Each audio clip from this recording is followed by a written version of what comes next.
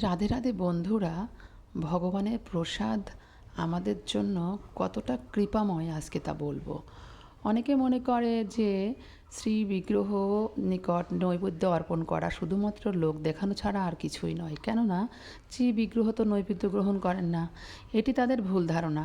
পাহাড় পরিমাণ নৈবেদ্য ভোগ বহুদিনের ক্ষুধার তাড়নায় গোপাল যে খেয়ে ফেলেছিলেন তা সকলে অনুভব করতে না পারলেও কৃষ্ণের শুদ্ধ ভক্ত মাধবেন্দ্র পুরী কিন্তু ঠিকই অনুভব করতে পেরেছিলেন।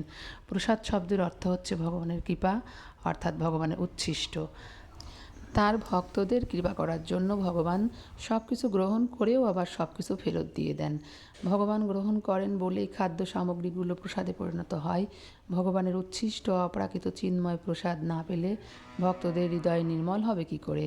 রজ ও তমগুণের খাদ্যের দ্বারা হৃদয় কুলসিত হওয়া ছাড়া কোনো মতেই নির্মল হওয়া যায় না।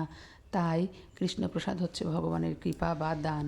তা লাভ করা মাত্রই নির্বিচারে গ্রহণ করা উচিত। এতে আমাদের হৃদয় নির্মল হবে এবং শরীর সুস্থ থাকবে। তাই আমাদের সাদরে ভগবানের প্রসাদ গ্রহণ করা উচিত। রাধে রাধে।